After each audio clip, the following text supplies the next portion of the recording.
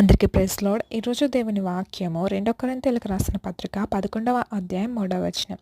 సర్పము తన కుయుక్తి చేత హవ్వను మోసపరిచినట్లు మీ మనస్సులను చెరుపబడి క్రీస్తు ఎడలనున్న సరళత నుండి పవిత్రత నుండి ఎట్లైనను తొలగిపోవునేమో.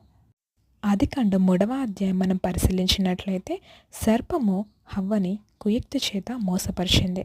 తనకు జరుగుతున్న క్రియలు అన్నీ చెడువైనప్పటికీ తనకి ఏది చెడుగా కనిపించలేదు. అన్నీ మంచిగా, అనుకూలంగా, రమ్యంగా కనిపించింది.